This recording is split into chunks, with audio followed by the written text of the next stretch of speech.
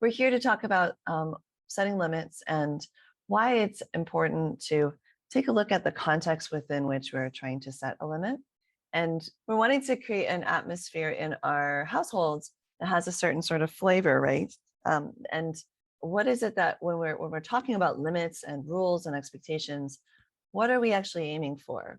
What is it that we're wanting to create with our children and with our other caregivers? It's really important to have that context so that when you are setting a limit, you can make sure that it's in alignment with what you're trying to create together. And also, your children can feel from you a greater reason that you are maybe holding firm and really wanting them to learn this piece. So, for a lot of folks, what comes up for them is safety, right? Safety is one of the first things that comes up. And I want to speak to that piece while folks are thinking about what is it that I want to create in my family with these limits, rules, and expectations. This is going to help you so much with the mistake that I want you to avoid. So do take a moment to think about what do I want to create in my family with these rules, boundaries, and expectations. And pop it in the chat if you're here listening, if you're on Facebook or Zoom, just like even a couple words. So, but I'm going to be jamming a bit on this idea of safety. And I want to put a little twist on it and bring in a concept that you may have or may not have heard of, but which is called psychological safety, which of course includes physical safety. But I think it's a nice, like, broad way of describing not broad, but like all encompassing way of describing what it's like to foster a nurturing environment for children and helping them to fulfill their potential and help them grow.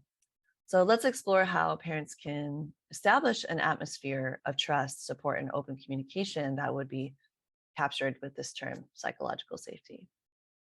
So think of it as like a warm, welcoming embrace. It's a safe haven where children feel heard, they feel valued, and are free to express themselves without fear of harsh judgment or punishment, just for being themselves and being in the stage of development they're in and being in the mood that they're in. Yeah. One of the cornerstone principles of psychological safety is open communication. And so it's important to encourage your children to share their thoughts, feelings, and concerns. Oftentimes, when we're setting a limit or we're creating a boundary or a rule, it can feel like creating that structure or that firmness is shutting that down. So, one thing you can do to create some psychological safety around limits, rules, and boundaries, and in a culture of your family in general, is to let your children know that their voice matters and give them a voice at the table when it comes to doing things like determining consequences or like deciding how you're going to be reminding them of this rule, this boundary, this limit, this sort of expectation. So bringing their voice in is really helpful.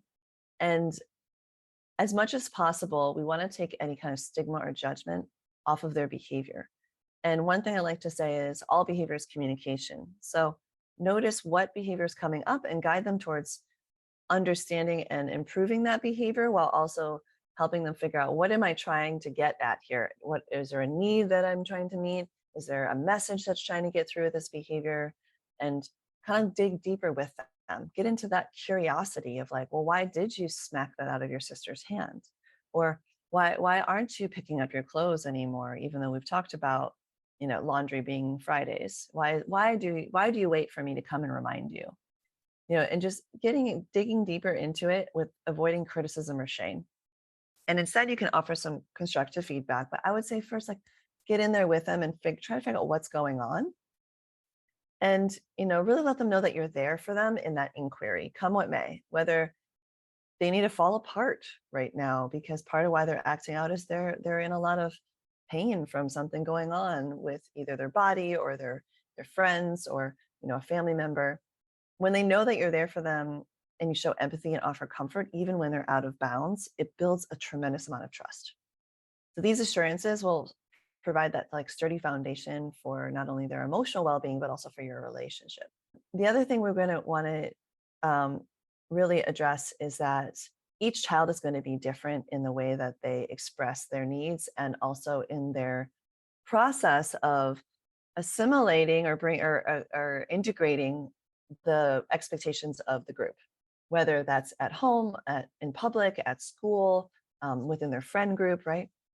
And so knowing that they're on their individual journey, we want to celebrate those differences in diversity and help them notice what it is that they might need in particular, because of their way. So, like if you have a child, for example, who has a short attention span, may even be ADD, ADHD, their process of getting on board with rules and expectations around focus is going to be really different than a child who is less neurodivergent in that area and has a tremendous ability to focus and concentrate on what they want to concentrate on. So your limits and expectations and rules might need to adjust based on your child's individual temperament and needs, right? And so we're going to want to cherish and respect our children's unique like elements and like their personalities, their talents and interests that they bring to the table, their capacities, and try to avoid comparisons, especially if one child is so much better, quote unquote, right? Like they're quicker, more capable of following rules, expectations, and rising to you know, those sort of norms and adopting them than another child.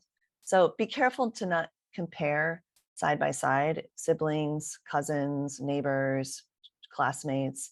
Um, you can always put your child into contact with children who are further along with these particular rules, expectations, and limits that you're setting and that you're wanting to establish so that they have a good influence around them. But that's not necessarily going to be like a fast track way to just get them there, right? They're going to have their own pace of learning. And the more that we can get down with that pace, the more we're going to more likely meet them where they need us to meet them and not make it wrong that they're not there yet. Because yes, the behavior can be out of bounds, but their stage of growth is exactly where it is. And so if we're working against that and somehow saying they should be further along, it can really shut down the learning process because then the child feels defeated and you feel you're in a dynamic where they're wondering how you're judging their growth rather than how you're supporting their growth. Okay. So this is all around creating some psychological safety. Now, of course, we want to model vulnerability and provide unconditional love and encourage their independence. There's all these other pieces that we're not going to get into today. But I want you to have a sense of what building psychological safety can look and sound and feel like. And it is something that when when you create it, it creates a strong sense of self-worth, confidence, and emotional resilience in children. And that sets the stage for healthier relationships and a much brighter future. And so hopefully this piece that we've spent a lot of time on is going to help you set up with what to avoid. So you can imagine what we're going to avoid. We're going to avoid creating an atmosphere that trades. Let me put this a different way. We want to avoid the stumbling into the misconception that in order to get our kids on board with limits, rules, expectations, boundaries, we need to put their psychological safety in jeopardy, or we need to bring in something that's going to kind of scare them into it. And really we're eroding our efforts there. It might work. Like I had a great mentor who once said, beware of what works easily and quickly, because sometimes that's actually you skipping steps and using things like a fear or stress response to get your results. And so always re-examine. If it works really, really, really well, really quickly, but you don't feel great afterward, really wonder about, am I still creating that psychological safety? So here's my hot tip on a practical suggestion on how to create more psychological safety in the middle of a limit setting moment. You ready for it? And my guest here on Zoom says, so perfectly stated about allowing kids to be okay being where they are. Wowza. Yeah. Yeah. Thank you for that feedback. I'm glad it landed well with you. Yeah. This is powerful work we're doing right here, right now. So you ready for it? Okay. My number one suggestion of what the number one mistake to avoid is be careful that you are not focusing on what you don't want instead of painting a picture of what you do want. So the rule of thumb here is ask for what you do want versus what you don't want. Classic example, kid is running alongside a pool. It's dangerous, right? And we say, don't run, don't run, don't run. And they hear run, run, run. And then a cheeky kid will go, I'm not running. And they'll start like, 2-foot hopping or skipping. I'm skipping. You can hear all the loopholes in this don't run limit. Yeah. What if instead we said something like, oh, use your walking feet. This is a slippery place. Let's make sure we're walking, walking, walking. We're hearing walking. We're hearing walking feet. It's also clear what it is that you're asking for. So the number one mistake to avoid when setting limits and creating boundaries is not having that clarity of what you do want. Yeah. So take this one all the way through, friends. Now, notice when you're in a limit setting moment, I like to call them, where you're having to remind, reinforce, like really make clear what a boundary, expectation, rule is. Um, Please think about ways that you can ask for what you do want versus what you don't want. So instead of like, don't make a mess, it's like, please use your fork and spoon. Let's wipe up spills with our paper towels. Can you check the table to see if there's anything you need to pick up? Right? Just feel the difference. And I'm going to bring us back to that psychological safety.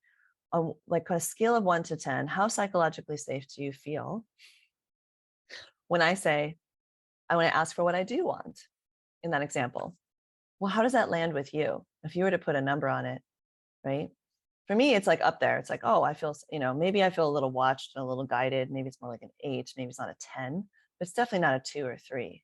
But when I hear the words, don't make a mess, it drops down 5 or less for me, at least.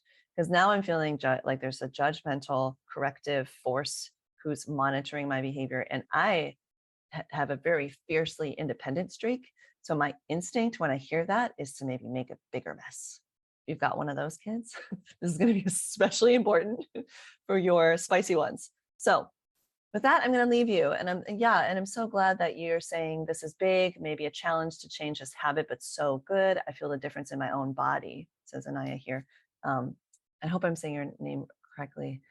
Says my guest here on Zoom. Let me know on Facebook too, those who are listening or listening on YouTube later at the recording. What are you noticing? What are you feeling in your body? Or what are you noticing 1 to 10, the feeling of psychological safety? And where in your life, in your daily life with kids, can you start to sprinkle this in? Swapping out. It's a simple swap out. That's what I love. My clients do too. Swapping out, instead of saying what you don't want, swap it out with something that you do want and get into that descriptive space of describing what you do want. Yeah. And there are so many stages to this, but this is level 1. So I really want you all to have that baseline and just see where it takes you. Yeah. Come back next week. We'll have another limit setting tip. And we'd love to hear a report back on, reports back on how it went. So I'm your presenter, Vanessa Callahan. I have a master's in education and I have a passion for working with parents, as I think that parents are often overlooked in education. And they deserve the same kind of mentorship that anyone who works with children does, and they often are overlooked. So here you are getting some tips. I also run a year-long program. We're going to be opening admissions to later this month. If it's something you would be curious about, journeying with me and other like-minded parents for 2024, you'll want to let me know. And we have some other surprises in store. So please, hop on our newsletter list if you haven't yet.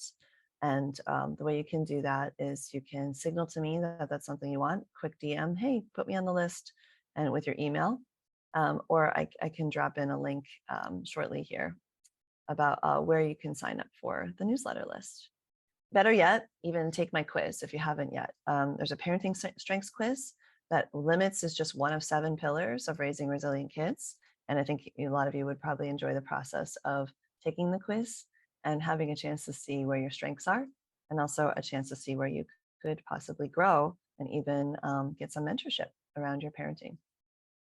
Right now, it's not letting me paste the quiz in here. Oh, no, here we go. There it is on Zoom, and it'll be on Facebook in just a moment. All right, with that, lots of love to each and every one of you. Yeah, and if you do take the quiz, there's a spot where you can sign up for the newsletter. That's probably and you get a free guide from me. So that's probably the easiest way to get on into our regular correspondence, so you don't miss anything. All right, everybody, lots of love till next time. Great work, big-hearted folks, and thank you for hanging in there with the technical difficulties. I really appreciate your patience, and we'll see you next time. Bye for now.